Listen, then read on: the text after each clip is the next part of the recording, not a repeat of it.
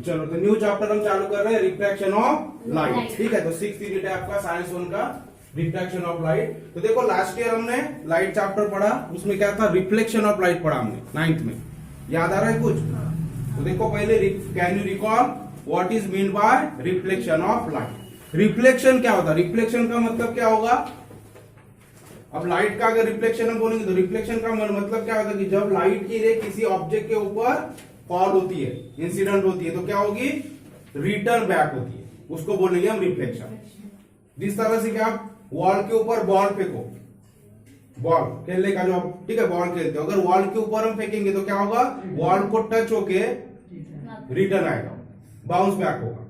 उसी तरह से जो लाइट की रे होती किसी ऑब्जेक्ट के ऊपर से, अगर वो बाउंस बैक हो रही, बाउंस बैक होने मतलब पीछे आना, रिटर्न आना, तो इस प्रोसेस को क्या बोलेंगे हम, रिफ्लेक्शन। आगे चलेंगे। अब यहाँ मीडिया अलग अलग हो सकता है। मीडिया मतलब देखो, अब ये एयर मीडिया, एयर मीडिया से क्या होगी, या इसके ऊपर एयर मीडिया से रे बोर्ड के ऊपर आ रही, बोर्ड एक नया दूसरा मीडिया है, लेकिन इसके ऊपर इस सरफेस से रीबाउंस हो जाए, ठीक है, रिटर्न हो जाएगी, बाउंस बैक हो जाएगी, तो क्या होगा, जिस मीडिया से रे आ रही उसी मीडिया में बैक हो रही है, तो इसे क्या बोलेंगे हम, रिफ्लेक्शन ऑफ लाइट। ठीक है, कि रे का किसी सरफेस से रिटर्न होना, बैक, ठीक है, बैकवर्ड डायरेक्शन में रिटर्न होना, उसे क्या बोलेंगे हम, रिफ्लेक्शन ऑफ लाइट। आगे दिन में उसी तरह से सेकंड क्वेश्चन आपको पूछा है, what are the laws of reflection. तो हमने रिफ्लेक्शन के लॉ भी देखे, तो रिफ्लेक्शन, ठीक है, रिवाइज कर लेते हैं हम। तो मान लो ये कोई सरफेस है और ये एक रे आ रही है, इंसिडेंट रे बोलते हैं इसको, लाइट की रे है, ठीक है। तो एक हम नॉर्मल पोजीशन ड्रॉ करते हैं, ये होता है नॉर्मल। नॉर्मल मतलब ये सरफेस को परपेंडिकुलर, इसको बोलते हैं नॉर्मल। तो जब भी कोई किसी एंगल से इंसिडेंट रे सरफेस के ऊपर आती है, तो ये जो एंगल बनता है नॉर्मल के साथ, इसे क्या बोलते हैं हम, एंगल ऑफ इंसिडेंस। ठीक है, तो क्या होगा, रिफ्लेक्शन में इस सरफेस से क्या होगा, रिफ्लेक्ट हो जाती है। रिफ्लेक्ट होना मतलब उसी मीडिया में रिटर्न हो जाना।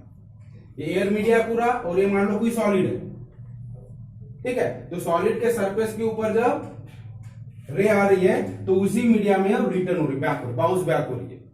अब जो एंगल जो बनता है इसका, तो ये हो गया नॉर्मल पोजीशन, ये हो गया इंसिडेंट रे, और ये हो गई रिफ्लेक्टेड रे बोलती है इसको, ठीक है, रिफ्लेक्टेड रे। तो ये जो एंगल बनाएगा इसे क्या बोलते हैं हम, आर, एंगल ऑफ रिफ्लेक्शन। तो लॉ ऑफ रिफ्लेक्शन क्या होता है, तो angle of incidence is equal to angle of reflection. ठीक है, 3 लॉज हमने पढ़ा लास्ट ईयर। तो इंसिडेंट रे और जो रिफ्लेक्टेड रे होती है नॉर्मल के आइदर साइड में होती है, एक इधर साइड में होगा तो एक इधर साइड में होगा, ठीक है। बीच में नॉर्मल होता है जो परपेंडिकुलर है सरफेस को, और इंसिडेंट रे एक साइड में होगा तो दूसरे साइड में रिफ्लेक्टेड है, वह पहला लॉ है। फिर angle of incidence is equal to angle of reflection, ये होता है। और तीनों भी इंसिडेंट रे, नॉर्मल और रिफ्लेक्टेड रे एक ही प्लेन में होते हैं, ये थर्ड रूल है। तो 3 लॉज हमने देखे थे रिफ्लेक्शन के लास्ट ईयर, ठीक है, रिकॉल करो उसको। तो क्या है 3 लॉ, कि incident ray and reflected ray lie on either side of the normal, ठीक है। Then the angle of incidence and the angle of reflection is are equal, ठीक है, ये इक्वल होते हैं। And incident ray, normal and reflected ray lie in the same plane, एक ही plane में लाई, ठीक है। तो समझ में आ गया। अब इस साल हम क्या पढ़ने वाले हैं, रिफ्रैक्शन ऑफ लाइट क्या होता है। तो रिफ्लेक्शन और रिफ्रैक्शन में क्या डिफरेंस है, तो रिफ्लेक्शन का होगा जो ऑब्जेक्ट ओपैक है, ठीक है, जिसमें से रेज ट्रांसफर नहीं हो सकती, वहां से क्या होगा, रिफ्लेक्शन होगा। लेकिन कुछ ऑब्जेक्ट ऐसे जिसमें से रे ट्रैवल कर सकती है, लाइट की रे क्या हो सकती है, ट्रैवल कर सकती है। तो इस वक्त क्या होगा, जब ये रे ट्रैवल होती है एक मीडिया से, ये हो गया एयर मीडिया, ये मान लो ग्लास है, तो जो ट्रांसपेरेंट मीडियम होती है, ठीक है, ऑब्जेक्ट 3 टाइप के हो सकते हैं। एक ट्रांसपेरेंट हो सकता है, ट्रांसपेरेंट मतलब जिसमें से लाइट पूरा पेनिट्रेट होके निकलता है, आर पार निकल जाता है, उसे क्या बोलते हैं हम, ट्रांसपेरेंट, जैसे कि ग्लास होता है, ठीक है। और दूसरा एग्जांपल ट्रांसलूसेंट एक होता है। ट्रांसलूसेंट यानी पूरी तरह से ट्रांसपेरेंट भी नहीं है और ओपैक भी नहीं। ओपैक मतलब जिसमें से रेज जा ही नहीं सकती, उसको क्या बोलेंगे, ओपैक, ठीक है। मराठी में क्या होता है, अपारदर्शी, पारदर्शी, ठीक है। अब देखो जो ग्लास दिख रहा है आपको, विंडो का ग्लास, उसमें से आप उधर का कुछ देख रहे हो क्या? नहीं। फिर भी लाइट दिख रहा है कुछ, तो उसे क्या बोलेंगे हम? ट्रांसलूसेंट। ट्रांसपेरेंट क्या होगा? पूरा आर पार दिख रहा है ग्लास में से। जैसे कि ये मेरा वॉच का ग्लास है, इसमें से अंदर का पूरा दिख रहा है हमें, मतलब ये क्या है? Glass transparent, transparent material. और ओपैक मतलब क्या होगा? अब इधर का कुछ दिख रहा है इसके इस, ठीक है, ये जो मैं डस्टर यहां सामने रखा हूं, तो इसके पीछे का आप कुछ देख पा रहे हो? नहीं, क्योंकि रेज यहां से नहीं जा रही, ठीक है। तो ये हो गया ओपैक। तो उसी तरह से जब भी ट्रांसपेरेंट मीडिया होगा, तो ट्रांसपेरेंट मीडिया से मान लो एक ग्लास है, तो रे क्या होगी? बाउंस बैक होने के बजाय इसमें से ट्रैवल करेगी। तो जब ट्रैवल करेगी तो क्या होगा? इसका डायरेक्शन कुछ चेंज होगा। अब ये सीधी सीधी है, इस डायरेक्शन से जा रही है, तो समवॉट इसका डायरेक्शन चेंज हो जाएगा, ठीक है। तो ये ग्लास मीडिया फिर से एयर मीडिया में जाएगी, तो फिर इसका डायरेक्शन चेंज हो जाएगा। तो इस तरह से जो बिहेव होता है रे का, लाइट रे का, कि वन मीडिया से दूसरे मीडिया में जब ट्रांसपेरेंट मीडिया में जाती है रे, तो उसका डायरेक्शन क्या होता है? चेंज होता है। तो this is called refraction of light. आगे दिन में रिफ्रैक्शन और रिफ्लेक्शन में क्या फर्क है? तो रिफ्लेक्शन में क्या होता है? सरफेस के ऊपर जब टच होती है रे, तो वो बाउंस बैक होती है, उसी मीडिया में रिटर्न चले जाती है, वो पेनिट्रेट नहीं होती, आगे नहीं जाएगी, ठीक है। That is called reflection. जैसा कि एग्जांपल दिया मैंने, बॉल हम वॉल के ऊपर फेंकते तो पीछे आएगा टच होके, दीवार में से जाएगा क्या? नहीं, ठीक है। तो उसी तरह से जब रे होती है, तो जो ट्रांसपेरेंट मीडिया उसमें से क्या होगी? ये निकल जाएगी। लेकिन जाते वक्त क्या होगा? जब ये ट्रैवलिंग करेगा, जब मीडिया चेंज हो रहा है, एयर एक मीडिया से दूसरी मीडिया में जाएगी, तो क्या होगा? इसका डायरेक्शन चेंज होगा, सेम डायरेक्शन से नहीं जाएगी। तो ये जो प्रोसेस है, इसे क्या बोलते हैं हम? Refraction of light. लाइट रे पूरे आर पार निकल रही है, but change in direction, direction change होगी। So this phenomenon is known as refraction of light. तो हमने देखा लाइट चेंजेस इज डायरेक्शन। तो लाइट क्या हो रहा है? डायरेक्शन चेंज कर रहा है when going from one transparent medium to another। Air transparent media है, ट्रांसपेरेंट है, इसीलिए तो हम एक दूसरे को देख पा रहे हैं सारी चीजें, ठीक है। सो एयर इज ट्रांसपेरेंट और ग्लास भी ट्रांसपेरेंट है, एग्जांपल हमने लिया। So when light changes its direction when going from one transparent medium to another transparent medium, this is called the refraction of light. तो इसे बोलते हैं रिफ्रैक्शन ऑफ लाइट, ठीक है। देखो एक इंट्रोडक्शन आपकी बुक में दिया है। We have seen that first paragraph, generally light travels in a straight line. तो जनरली लाइट कैसे ट्रेवल होता है? स्ट्रेट लाइन, इसलिए हम रे दिखाते सीधा, ठीक है, straight line. Because of this, if an opaque object is lies in its path, a shadow of the object is form, ठीक है। अगर ओपैक ऑब्जेक्ट, ओपैक यानी जैसे भी बताए, कोई भी ऑब्जेक्ट लो, ये बुक है, ये भी क्या है? ओपैक है, इसमें से रेस क्या होगी? नहीं जाएगी। तो रे, लाइट की रे जब सीधी आ रही है, तो अगर ओपैक ऑब्जेक्ट है, तो ऑब्जेक्ट का क्या हो जाएगा? यहां में शैडो मिलेगा, क्योंकि इसमें से रे नहीं जा रही है, रे इसके ऊपर से जाएगी, तो जहां रे जा रही है वहां ऊपर का दिखेगा। और जितने पोर्शन से रे रिफ्लेक्ट हो रही है, तो उतने पोर्शन में क्या हो जाएगा? हमें शैडो दिखाई देगी, ठीक है। We have also seen in previous classes how the shadow changes due to the change in relative position of the source of light and the object। तो सिंपल एग्जांपल है, ठीक है। मॉर्निंग में सन इधर ईस्ट में होता है, तो हमारी शैडो किधर होगी? वेस्ट के तरफ। जैसे जैसे सन ऊपर आता है, हमारी शैडो चेंज होती जाती है, ठीक है। तो सोर्स और ऑब्जेक्ट का रिलेटिव पोजीशन अगर चेंज होती है, तो ऑब्जेक्ट की शैडो भी चेंज होगी। फिर इवनिंग में क्या होता है? सन किधर होता है? वेस्ट के तरफ, और हमारा शैडो किधर जाता है? ईस्ट के तरफ, ठीक है। तो शैडो चेंज, क्योंकि सोर्स ऑफ लाइट, लाइट जिधर से रेज आ रही है, उसका पोजीशन चेंज हो रहा है, तो उसके हिसाब से भी शैडो चेंज होगा, क्योंकि ओपैक ऑब्जेक्ट से वो रेज पास नहीं हो सकती, ठीक है। तो उसकी शैडो बनी। But light can bend under some special circumstances as we will see below. लेकिन कुछ सर्कमस्टेंसेस में लाइट क्या होता है? बेंड होके निकलता है, तो ये हम देखने वाले बोलते हैं। तो रिफ्रैक्शन ऑफ लाइट, तो उसके लिए देखो एक एक्टिविटी आपको दिया है। सो मटेरियल ग्लास चाहिए आपको, 5 रुपी कॉइन चाहिए, पेंसिल चाहिए और मेटालिक वेसल चाहिए, ठीक है। तो एक्टिविटी 1 देखो, take a transparent glass and fill it with water. तो हमने एक ट्रांसपेरेंट ग्लास ले लिया, ठीक है, और इसको हमने वाटर से फिल कर लिया। आगे, dip some portion of pencil vertically in water and observe the thickness of the portion of the pencil in water। तो वर्टिकली मतलब सीधी पहले डालना, दिख रहा है सबको वाटर, ग्लास, ग्लास में क्या है, वाटर है। अब ये पेंसिल में वर्टिकली डाल रहा हूं तो क्या ऑब्जर्वेशन है बताओ, वाटर के लेवल के ऊपर की पेंसिल और वाटर लेवल के नीचे की पेंसिल में क्या डिफरेंस दिखाई दे रहा है, नीचे वाली पेंसिल क्या है, जो वाटर के अंदर वो थिक दिखाई दे रही, और ऊपर की पेंसिल क्या है, लेकिन पेंसिल वैसी है क्या, वो तो एक ही साइज की है। फिर ऐसा क्यों दिख रहा है कि वाटर के अंदर में थिक दिखाई दे रही है और वाटर के बाहर थिन दिखाई, ओरिजिनल जो है वही दिखाई दे रही है। फिर इसको क्या करेंगे, देखो आगे दिया है, now keep the pencil in incline to water surface and observe this thickness. फिर इसको इंक्लाइन यानी इस तरह से रखना है, तिरछा रखना एंड ऑब्जर्व द थिकनेस। फिर से क्या दिखाई दे रहा है, हमें दिख रहा है सबको, तो ठीक दिखाई दे रही है। और क्या ऑब्जर्वेशन है, देखो तो नीचे से पूरी टाइप दिख रही है, जो वाटर की लेवल है, तो देखो ये जो पेंसिल इस तरह से तो इधर कटी हुई दिखाई दे रही है और थोड़ा सा चेंज हो गया, आधी डायरेक्शन, ठीक है, दिख रहा है। ये पेंसिल की डायरेक्शन ऐसी दिख रही है, ओरिजिनल ऐसी है, मतलब ये शिफ्ट हो गई, थोड़ा सा शिफ्ट दिखा रहा है पेंसिल में। तो ये क्यों हो रहा, किसकी वजह से होता है ये, बिकॉज दो मीडिया, तीन मीडिया यहाँ काम कर रहा है, एक तो वाटर मीडिया, फिर ग्लास मीडिया है, एयर मीडिया। तीन मीडिया, सॉलिड है ग्लास, अंदर में लिक्विड है और बाहर में एयर मीडिया।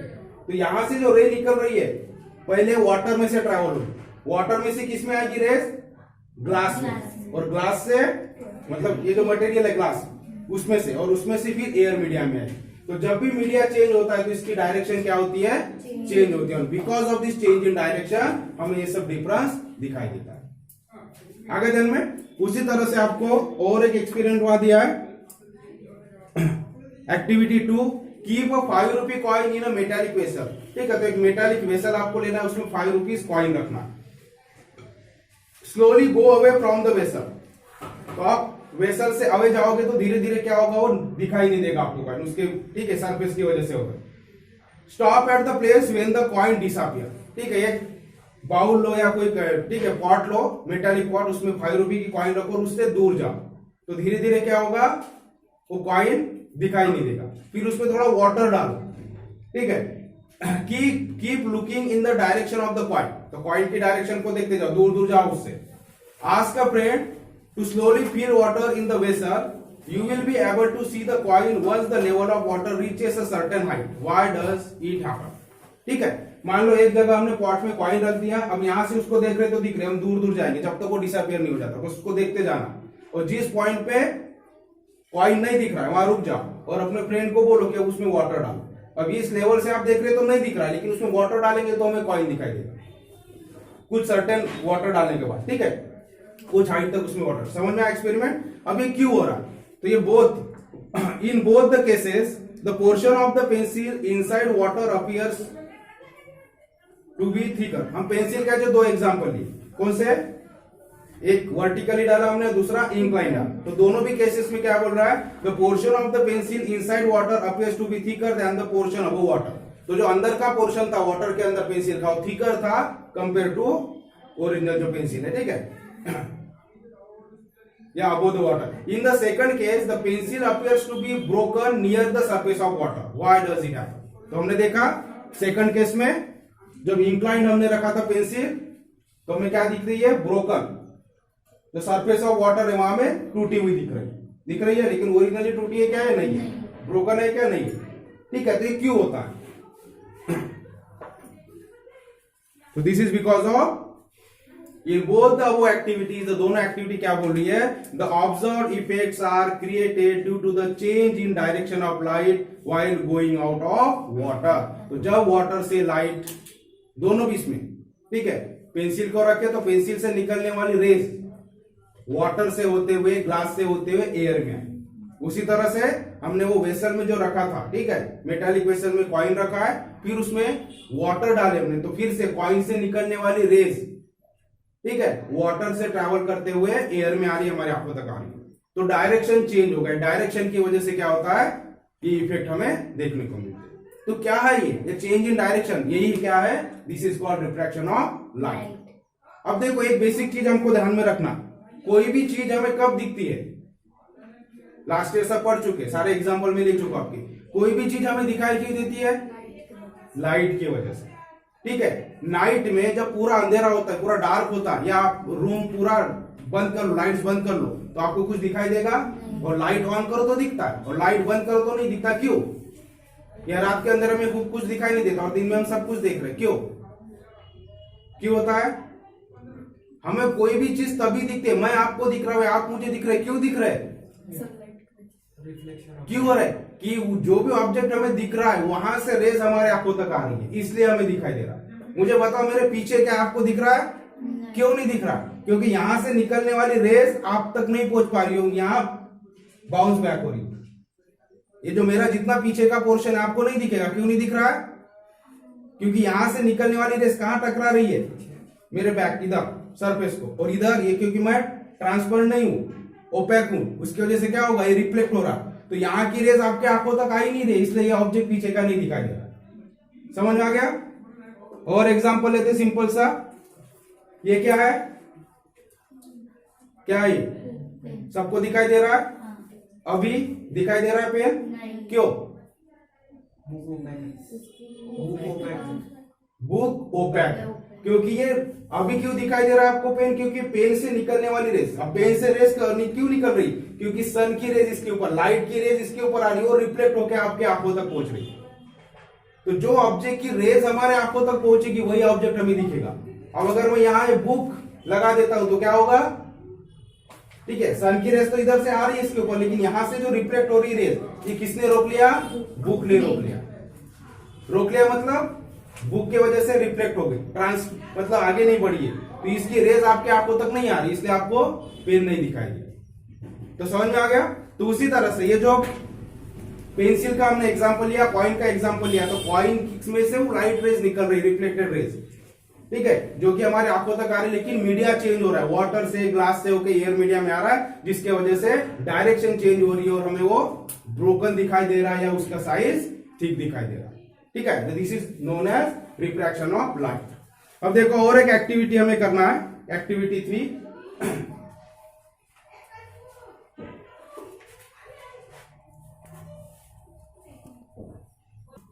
तो नोट कर लो डेफिनेशन रिफ्रैक्शन ऑफ लाइट।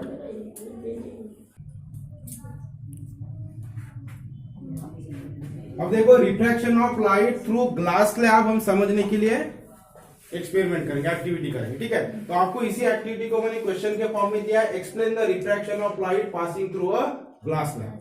तो ग्लास स्लैब से रिफ्रैक्शन ऑफ लाइट कैसे होगा? ठीक है, ग्लास स्लैब से अगर लाइट पास होता है तो इसके लिए हम एक्टिविटी करेंगे। तो देखो आपकी बुक में दिया है activity 3, keep a glass slab on a blank paper and draw its outline PQRS as shown in figure. तो हमें क्या करना है? ग्लास स्लैब लेना।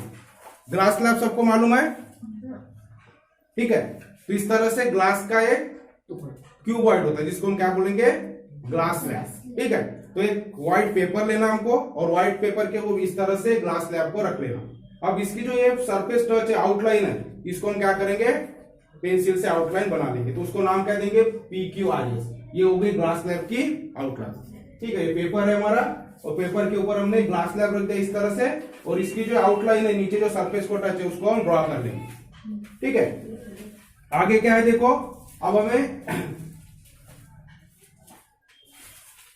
Draw an inclined straight line on the side PQ so that it intersect PQ at M। तो हमें क्या करना है? तो ये हमारा पेपर हो गया, ये हमने रखा और आउटलाइन ड्रॉ कर लिया। आउटलाइन ड्रॉ करने के बाद स्लैब को हम थोड़ी देर के लिए हटा लेंगे और क्या करेंगे? ये जो PQ हमारी लाइन बनी हुई है, ठीक है, इसके ऊपर एक इंक्लाइन लाइन बनाएंगे जो N पे इंटरसेक्ट हो रही है। ठीक है, तो इसको एक पॉइंट कर लो यहां पर A, और A N एक लाइन ड्रॉ करेंगे जो PQ को N पे इंटरसेक्ट हो रही है, इंक्लाइन लाइन। ठीक है, बना लिया हमने इंक्लाइन लाइन। ठीक है, फिर हमें क्या करना है? फिर से और यहां पर 2 पॉइंट बना लो A और B इस लाइन के ऊपर, और उसके ऊपर हमें क्या लेना है? 2 पिन लगानी, टाचनी। ठीक है, वो लगाना। समझ में आ गया? तो सबसे पहले हमने ड्रॉ कर लिया, रेक्टेंगल ड्रॉ हो जाएगा हमारा। फिर जो ऊपर वाली साइड है PQ, वहां इंक्लाइन यानी तिरछी लाइन हमें ड्रॉ करना है, स्ट्रेट लाइन जो इंटरसेक्ट होगी PQ को N में। आगे देखेंगे, फिर इस लाइन के ऊपर हमें 2 पॉइंट ले लो, A और B, उसको नाम दे दो, और उस पॉइंट के ऊपर हमें क्या रखना है? 2 पिन लगानी। फिर हमें क्या करना है? फिर से हमारा स्लैब जो हमने आउटलाइन बराबर की उसके ऊपर रख देना। ठीक है, अभी अब देखो थर्ड पॉइंट क्या बोल रहा है, look at the pins A and B from the opposite side of the slab and pierce pins C and D vertically so that the images of A and B are in line with C and D. फिर हमें क्या करना है, मान लो इस side में मैंने वो लाइन ड्रॉ किया और दो पिन है, तो स्लैब के इस साइड से बराबर देखना है लाइन में, वो दोनों पिन की लाइन में इधर हमें दो और पिन लगानी है, सी और डी। समझ में आ गया? ग्लास स्लैब की इस साइड से आपको पिन को देखना है और बराबर स्ट्रेट लाइन में ये ए और बी के लाइन में हमें इधर दो पिन और लगाना है, यानी कोइंसिडेंट इमेज बराबर एक पे एक आना चाहिए इस तरह से। तो इधर से जब मैं ग्लास स्लैब से देखूंगा तो ए और बी जो पिन है उसी के लाइन में यहां पर मुझे सी और डी लगाना है, मतलब सी पिन में रखूंगा तो पूरी लाइन में आना चाहिए। इधर से मैं ऑब्जर्व करूंगा तो सी पिन किसके ऊपर ओवरलैप होनी चाहिए, इमेज के ऊपर ए और बी के, ठीक है, एक लाइन में आना चाहिए। तो इस तरह से सी और डी दो पिन इधर हम लगा देंगे। आगे देन में फिर एक ग्लास स्लैब को हटा लेना। ग्लास स्लैब को हटाने के बाद ये जो नए दो पिन मिले, दो पॉइंट्स मिले, इसको हम स्ट्रेट लाइन से जोड़ देंगे। तो कहां इंटरसेक्ट होगा, यम के ऊपर, इसको यम नाम दे दो। आगे दिन में तो हमारा फिगर अभी कंप्लीट हो गया, और फिर ये यन और यम को भी हम ज्वाइन कर लेंगे। तो समझ में आ रहा क्या किया हमने, ग्लास स्लैब लिया, पहले उसकी आउटर लाइन को हमने ड्रॉ कर लिया, तो पी क्यू आर एस इस तरह से आउटर लाइन होगी। पी क्यू के ऊपर हमने एक इंक्लाइन लाइन ड्रॉ की जो इंटरसेक्ट होती है यन पॉइंट के ऊपर, ठीक है। फिर इस लाइन के ऊपर हमने दो पॉइंट ले लिए, ए और बी। आगे दिन में और ए और बी दो पॉइंट पे दो पिन हमने लगा दी। फिर हमने ग्लास स्लैब को रख दिया जो पोजीशन हमारे उसी के ऊपर, और अपोजिट साइड से हमने ए और बी पिन को ऑब्जर्व किया और उसी के लाइन में बराबर, इधर से आंखों से देखना है, बराबर उसकी लाइन में हमें दो पिन लगा देना है। आगे दिन में अब ये जो दो पॉइंट हमें मिले, पिन निकाल लेना है और जो दो पॉइंट मिले इसको जोड़ देना। तो स्ट्रेट लाइन हम ड्रॉ करेंगे, यहाँ एस आर को इंटरसेक्ट करेंगे, तो कहां इंटरसेक्ट होगा, यम में। तो दो पॉइंट हमें मिल गए, पी क्यू के ऊपर यन और एस आर के ऊपर एम, तो ये यन और यम को भी हमें ज्वाइन कर लेना। Now remove the clip and the pins and draw a straight line going through point C and D so that it intersect SR at M. Join M and N. Observe the incident ray and AN and emergent ray MD. तो हमें यहाँ दो रे मिल रही है glass slab से। तो glass slab में आती हुई एक रे है A to N। तो AN रे क्या है, ग्लास स्लैब से ग्लास स्लैब के ऊपर आ रही है, और जो MD रे है ये क्या है, बाहर निकल रही। तो जो बाहर निकलने वाली रे उसको क्या बोलते हैं हम, इमर्जन रे, ठीक है। इमर्जन इस ग्लास स्लैब से बाहर जा रही, इमर्ज हो रही है, सो इमर्जन रे। और ये क्या होगी, इंसिडेंट रे, ग्लास स्लैब के ऊपर इंसिडेंट हो रही है। आगे दिन में तो बीच वाली रे क्या होगी, ये क्या होगी, रिफ्रैक्टेड रे। तो दो जगह रिफ्रैक्शन हो रहा है, 2 टाइम्स रिफ्रैक्शन हो रहा है। कब, तो ए और बी जब इंसिडेंट हो रही, तो ए बी अभी ये रे कौन से मीडियम में, एयर मीडियम। जब वो इस सरफेस के ऊपर आएगी, ग्लास स्लैब के सरफेस के ऊपर, तो फर्स्ट रिफ्रैक्शन होगा ये पॉइंट के ऊपर, यन पॉइंट के ऊपर, ठीक है। फिर ये ट्रैवल करेगी ग्लास मीडिया में, अब यहां सरफेस पे पहुंच गई, इसके बाद मीडिया कौन सा, फिर से एयर मीडिया।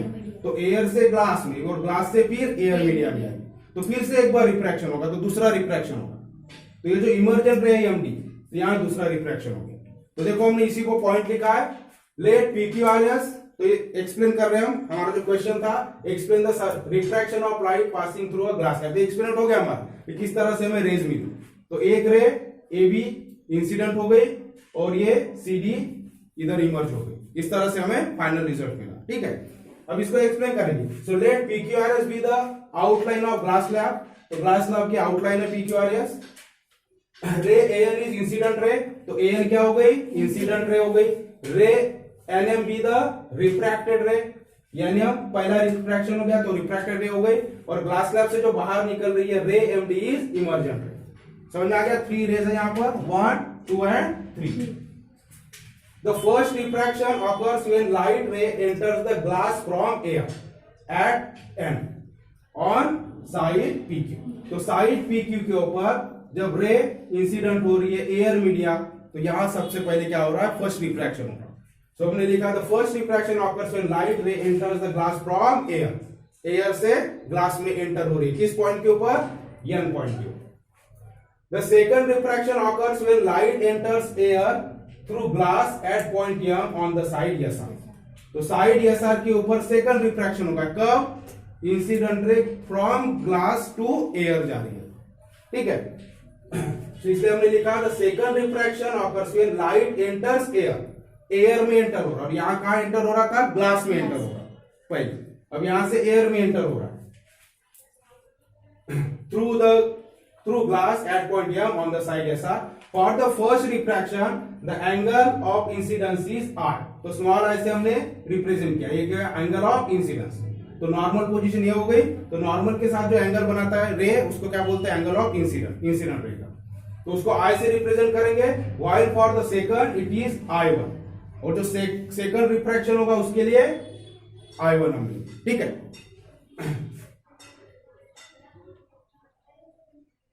इंसिडेंट रे, अब सेकंड रिफ्रैक्शन के लिए ये इंसिडेंट रे होगी, इसलिए I1 क्या होगा? ये एंगल ऑफ इंसिडेंस। समझ में आ रहा है?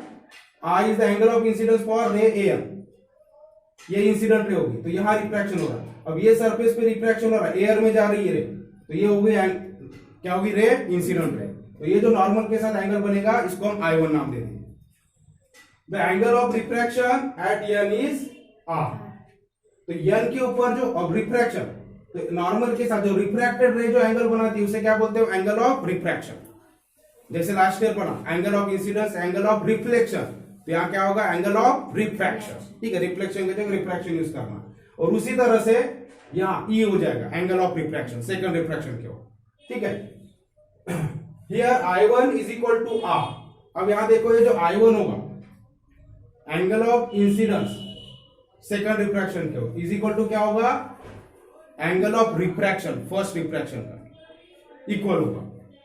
इन the second refraction the angle of refraction is E, और सेकंड रिफ्रैक्शन के लिए एंगल ऑफ रिफ्रैक्शन क्या हो जाएगा? E। ये रिफ्रैक्टेड रे है और ये नॉर्मल है, तो नॉर्मल के साथ बनाया हुआ angle of refraction which is equal to I। So this E किसके बराबर हो जाएगा? ये I के बराबर। अब इसका क्या मतलब होगा? On both parallel sides PQ and SR of the glass slab, the change in direction of light ray is equal but in opposite direction. तो दोनों सरफेस अगर हम देखेंगे on both parallel side, तो PQ और SR पैरेलल साइड है क्योंकि glass slab क्या है? क्यूबॉइडल शेप का, ठीक है। तो ये नीचे का सरफेस यानी क्या हो गया? ठीक है, तो ये पैरेलल हो जाएगी इसकी अपोजिट साइड, तो PQ is parallel to SR, और बोथ दो सरफेस से क्या हो रहा है? The change in direction of light ray is equal. तो लाइट रे जिस डायरेक्शन से चाहिए, डायरेक्शन इक्वल है इन अपोजिट डायरेक्शन। समझ में आ रहा है? अब देखो एंगल ऑफ इंसिडेंस इसके लिए है और एंगल ऑफ रिफ्रैक्शन ये, तो angle this angle is equal to this angle हो रहा है, this angle is equal to this angle हो रहा है। अब देखो क्या हो रहा है? अपोजिट डायरेक्शन है ना, क्या सबसे पहला जो रिफ्रैक्शन हो रहा है, अब रे स्ट्रेट ऐसी जानी चाहिए। ये जो आपको डॉटेड लाइन दिखाई, ये क्यों दिखाया है? कि रे ऐसी स्ट्रेट है, लेकिन वो किस साइड में डायरेक्शन चेंज हो गई? इधर, ठीक है। टूवर्ड्स नॉर्मल, किसके तरह डायरेक्शन आ गई? ये नॉर्मल के तरह आ गई डायरेक्शन। जब एयर मीडिया से ग्लास मीडिया में रे एंटर हुई तो रे की डायरेक्शन किधर शिफ्ट हो गई? नॉर्मल के तरफ, ठीक है। और जब ग्लास मीडिया से एयर में गई तो रे किधर जा रही है? नॉर्मल से अवे जा रही है, तो अपोजिट डायरेक्शन हो गया, ठीक है। सो इसलिए बोला on both parallel sides PQ and RS of the glass slab, the change in direction of the light ray is equal but in opposite direction. ठीक है, एंगल तो सेम है उनका रिफ्रैक्शन का, बट क्या हो रहा है? डायरेक्शन चेंज हो रही है, अपोजिट डायरेक्शन। ये नॉर्मल के तरफ डिफ्लेक्ट हो रहा है, मतलब आ रहा है, तो ये इमर्जेंट रे जो या रिफ्रैक्टेड रे क्या है? नॉर्मल से अवे जा रही है, ठीक है। Thus the light ray, तो थर्ड पॉइंट लिखेंगे इसके बाद, thus the light ray MT emerging from the glass slab is parallel to the incidence ray AM on the side PQ of the slab, but the emergent ray is somewhat displaced with respect to the incident ray. इसका मतलब क्या होगा? इसे में क्या पता चलता है कि जो MT है, जो इमर्जेंट रे है, this is parallel to the incident ray AM। Parallel है, इसको देखो, ये स्ट्रेट हम ड्रॉ करेंगे तो पैरेलल आएगा इसको, but displace somewhat displace from the original position. आगे दिन में ओरिजिनल इसका रे इस तरफ से जाना चाहिए, लेकिन डिस्प्लेस हो गई, रे वही है लेकिन यहाँ नॉर्मल की तरफ डायरेक्शन आया और यहाँ नॉर्मल से अवे हो गई, जिसके वजह से पैरेलल तो है लेकिन डिस्प्लेस, ओरिजिनल पोजीशन ये होना चाहिए तो इधर डिस्प्लेस हो गई, जो इमर्जेंट रे इट इज डिस्प्लेस। आगे दिन में इसमें थर्ड पॉइंट में लिखेंगे दस द लाइट रे MD emerging from the glass slab. तो जो एमडी फाइनल रे जो इमर्ज हो रही है, बाहर निकल रही है ग्लास स्लैब से, वो कैसी है, is parallel to the incident ray N. तो इंसिडेंट रे एन को पैरेलल है, but the emergent ray is somewhat displaced with respect to the incident ray। तो with respect to this incident ray it is somewhat displaced। तो ये हमारा final result है। तो क्यों हुआ, बिकॉज ऑफ रिफ्रैक्शन, यहाँ डबल रिफ्रैक्शन हो रहा है जिसकी वजह से पैरेलल तो मिल रही है, डायरेक्शन सेम है बट डिस्प्लेस हो गया। ठीक है, फाइनल बिकॉज अंदर में क्या हो गया, डबल रिफ्रैक्शन हो गया, air to glass, glass to air. तो ये दोनों मीडिया एयर है लेकिन बीच में आ गया ग्लास मीडिया। तो पहले क्या हो गई, अगर इधर डेविएट नहीं होती, इसकी डायरेक्शन नॉर्मल की तरफ नहीं आता तो क्या होता है, स्ट्रेट जाती, लेकिन बिकॉज ऑफ रिफ्रैक्शन ये नॉर्मल की तरफ पहले आ गया। अभी क्यों होता है, कब नॉर्मल की तरफ डेविएट होती है रे, कब नॉर्मल से अभी होती है, वो भी हम देखेंगे। ठीक है, लेकिन यहाँ इतना कंसेप्ट ध्यान में रखना हमें कि जब भी ग्लास स्लैब से इंसिडेंट रे आएगी ग्लास स्लैब के ऊपर, तो इमर्जेंट रे, ओरिजिनल जो इंसिडेंट रे उसको पैरेलल तो रहेगी लेकिन उसकी पोजीशन, इमर्जेंट रे की पोजीशन डिस्प्लेस होगी। ये हमारा फाइनल रिजल्ट। ठीक है, तो हम तो लिख लेना, आपको 1, 2 और थर्ड पॉइंट आपको लिखा देता हूं, ये लिख लो पहले।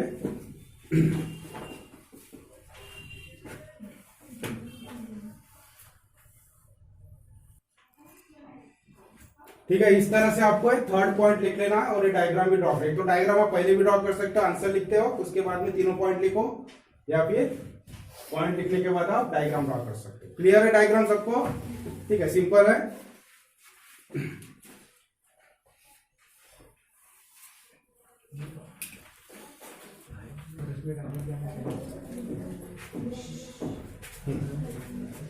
अब देखो आपके बुक में यूज योर ब्रेन पावर दिया है।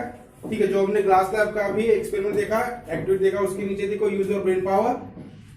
Will light travel through a glass slab with the same velocity as it travels in air? तो क्या पूछा है हमें, क्या ये लाइट एयर में जिस वेलोसिटी से, जिस स्पीड से ट्रैवल करता है, क्या वही सेम वेलोसिटी ग्लास में होगी? तो सोचो, बोलते यूज योर ब्रेन पावर, क्या होगा, क्या वेलोसिटी सेम होगी हर एक मीडिया में? नहीं। ठीक है, तो एयर मीडिया से जब ग्लास मीडिया में रह जाएगी तो क्या होगा, वेलोसिटी चेंज होगी। आगे चलते फिर क्वेश्चन पूछा, तो इसका मतलब हमारा आंसर क्या होगा, will light travel through a glass slab with same velocity as it travel in air? No. ठीक है, will the velocity of light be same in all media? यहां भी आंसर होगा no, the velocity of light is different in different media. अब next concept आता है laws of refraction. जैसे हमने लॉज ऑफ रिफ्लेक्शन पढ़ा लास्ट ईयर, उसी तरह से लॉज ऑफ रिफ्रैक्शन। तो पहला लॉ क्या है, कंसीडर कर लेंगे फिर से। मान लो स्लैब है हमारे पास, रिफ्रैक्शन के लिए हम यूज कर रहे हैं ग्लास स्लैब, ये इंसिडेंट रे है, ये नॉर्मल पोजीशन होगी और ये रिफ्रैक्टेड रे। तो क्या हमें दिख रहा है, पहला लॉ क्या हो सकता है कि इंसिडेंट रे और रिफ्रैक्टेड रे कैसी होगी, नॉर्मल के अपोजिट डायरेक्शन, एक लेफ्ट साइड से आ रही है तो एक राइट साइड में। आगे दिन में तो इसमें लिख लिया incident ray and refracted ray at the point of incidence. तो पॉइंट ऑफ इंसिडेंस में are on the opposite side of the normal to the surface at that point. तो क्या होगा, नॉर्मल के लिए नॉर्मल है तो इस पॉइंट के ऊपर इंसिडेंस हो रही है, तो इंसिडेंस रे और जो रिफ्रैक्टेड रे दोनों कैसी होगी, नॉर्मल के हिसाब से अपोजिट डायरेक्शन में, ठीक, अपोजिट साइड में होगी नॉर्मल के अपोजिट साइड। अगर साइड अपोजिट है, ये लेफ्ट साइड में तो ये राइट साइड में। अगर इंसिडेंट रे नॉर्मल के लेफ्ट साइड में तो रिफ्रैक्टेड रे क्या होगी, राइट साइड। ठीक है, तो अपोजिट साइड। आगे पहला पॉइंट ध्यान में, फर्स्ट लॉ। सेकंड लॉ क्या है, वैसे आपके बुक में दोनों को एक ही दिया, कंबाइन कर दिया, हम उसको सेपरेटली लिख दिया। तो पहला हो गया कि incident ray and refracted ray are on the opposite side of the normal. Then incident ray, refracted ray and the normal are in the same plane, same plane में होगा बोलते। अब सेम प्लेन का मतलब क्या होगा, सेम प्लेन का मतलब अब जिस डायरेक्शन से जैसे आ रही है रिफ्रैक्टेड, इमेजिन करो कि ग्लास स्लैब वहां पे रखा तो एक ही प्लेन होगा, ठीक है, डिफरेंट वहां पे एक ही किस से आ रहा है, एक ही प्लेन से होके गुजर रही है। For given pair of media the ratio of the sine of, तो साइन हमने पढ़ा ट्रिग्नोमेट्री में, साइन कॉस, ठीक है, तो उसी का हमने साइन रेशियो ले रहे हैं, sine of that angle, sine theta cos theta हमने लास्ट ईयर पढ़े। तो यहाँ एंगल कौन से होंगे, आई और आर। तो for given pair of media, given pair of media मतलब हमेशा पेयर हो गया, मीडिया हमेशा दो होंगे तभी रिफ्रैक्शन होगा, एक ही मीडिया में रिफ्रैक्शन नहीं होगा। जब एक मीडिया से दूसरे मीडिया में लाइट जा रहा है तब रिफ्रैक्शन होगा। तो दो मीडिया आ गया, पेयर आ गया, तो एक मीडिया हम एयर कंसिडर करेंगे तो एक मीडिया ग्लास। तो for given pair of media, अब यहां से यहां पहला रिफ्रैक्शन हो रहा है, मीडिया चेंज हो रहा है, तो उसी तरह से ग्लास से एयर में जब आएगा तब भी मीडिया, तो ये एक पेयर हो गया। So for given pair of media, media मतलब माध्यम जिसे बोलते हैं, ठीक है, the ratio of the sine of the angle of incidence to the sine of angle of refraction is constant. तो क्या कांस्टेंट होता है, रेशियो, किसका ratio, angle of incidence sine R divided by sine R, ये क्या होगा, ratio constant होगा, ठीक है। तो हम लिख सकते हैं that is sine R divided by sine R is equal to constant, ये कांस्टेंट होता है।